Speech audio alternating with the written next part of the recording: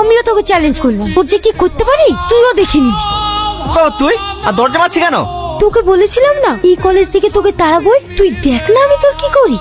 বাঁচাও আমাকে, বাঁচাও বাঁচাও, ছাড় বলছে ছাড়, আমাকে বাঁচাও, বাঁচাও আমাকে। সালমা কি হলো?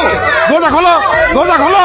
ছাড় আমাকে, ছাড়, আমি তোর কাছে অনুরোধ করছি, আমাকে তুই ছেড়ে দে, আমাকে বাঁচান। টনি আমাকে একা পেয়ে আমার সম্মান নষ্ট করেছে। ওসব মিথ্যা কথা বলছে, আমি কিছু করিনি। ও মিথ্যা বলছে, তুই সত্য বলছিস, তোকে আমি জেলে ভরবো। ভাই থানায় ফোন করো।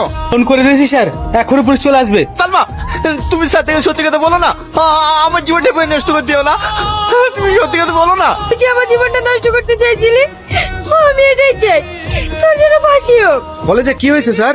এই দেখুন, এই বদমাইশটা একটা মেয়ের মানহানি করার চেষ্টা করছিল। না স্যার, আমি কিচ্ছু করিনি, ওর সাথে আমার ঝামেলা হবে বলে ও আমাকে ফাঁসানোর চেষ্টা করছে। এখন তো বাচ্চার জন্য একথা বলবি, চল কিছুদিন জেলের ভাত খাবি, সব ঠিক হয়ে যাবে। সালমা আমার আপু জানতে পারে তাহলে হাতে লেগে মরে যাবে।